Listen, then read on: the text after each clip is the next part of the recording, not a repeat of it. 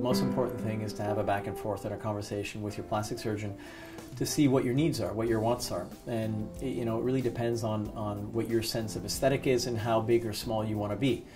Now, a couple techniques that we use during the consultation. One is to use sizers. And these right here are breast sizers. This is not what the implants look like. It's what we use to tuck under these specialized bras that we have our patients put on, and tuck them under to see they can get a sense, look in the mirror to see what they look like with the implants in place. There are way more than these. You can pick and choose, and usually it takes about 15-20 minutes during the consultation to determine the size that you want to be.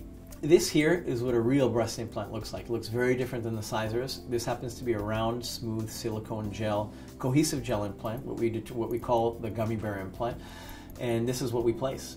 We place it through an incision. There are 3 different kind of incisions that we can use, and it's typically placed under the muscle. So in terms of choosing the size implant, sizers are incredibly useful. Something else that we can use is the 3D camera system that's called the Vectra.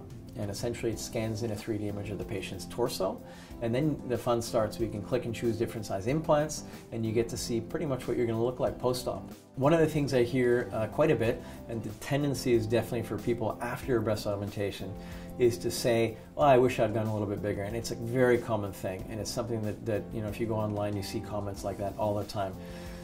I think that's something we have to keep in mind when we're choosing implants. I tell my patients that very thing.